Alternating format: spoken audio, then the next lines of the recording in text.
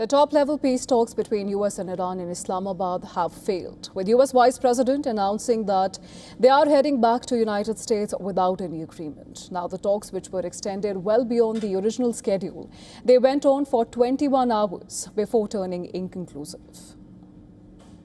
We have been at it now for 21 hours, and we've had a number of substantive discussions with the Iranians. That's the good news. The bad news is that we have not reached an agreement, and I think that's bad news for Iran much more than it's bad news for the United States of America. So we go back to the United States having not come to an agreement. We've made very clear what our red lines are, what things we're willing to accommodate them on, and what things we're not willing to accommodate them on. And we've made that as clear as we possibly could, and they have chosen not to accept our terms. Over the past 24 hours, discussions were held on topics including the Strait of Hormuz, nuclear issue, war reparations, lifting sanctions, complete end of war against Iran. Now, Iranian state media said that Iran-US negotiations ended without an agreement. It further suggested that America's excessive demands, it was the excessive demands that prevented a common framework and agreement. The Iranian state media said that Iran repeatedly presented new initiatives and tried to invite the American side. However, US stayed unrealistic, preventing the achievement of a common framework at each round. It further added that despite Pakistan's intervention early this morning, suggesting another round of talks and exchange of texts, it ended without a result due to the same American spirit.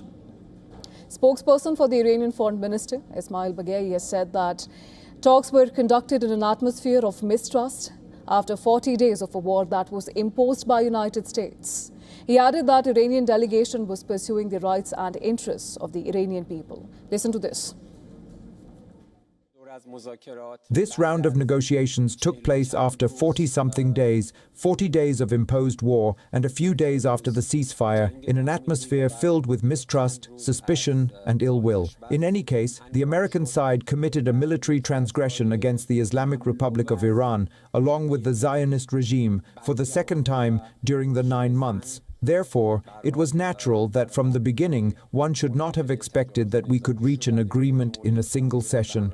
I don't think anyone had such an expectation, despite the fact that I said this session was the longest we've had in the past year.